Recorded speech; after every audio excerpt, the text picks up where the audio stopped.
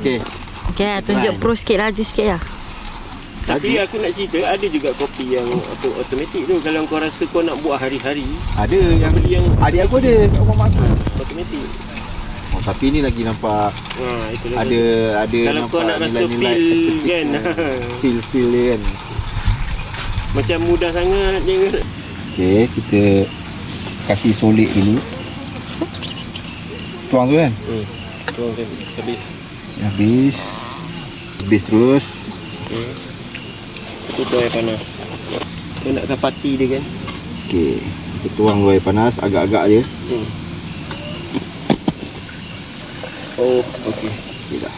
Tutup. Kita tutup. Tunggu kita 3 ke 4 minit. Oh, jangan tekan habis. Tutup Ya, dulu. Tutup. Jangan press dulu ah. Ya. Kecil ni. Goncang-goncang. Alright.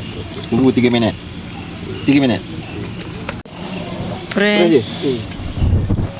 Dah press? Tuang. Ui. Wow. Nampak tak?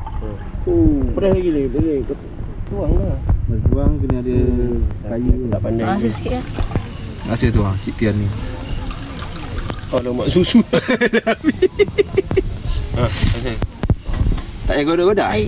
Wow. Kau gitu je lah. Ayam. Ni buih-buih ni boleh corak-corakkan ni. Yang kat kedai tu boleh corak-corakkan. Kedai tu lah.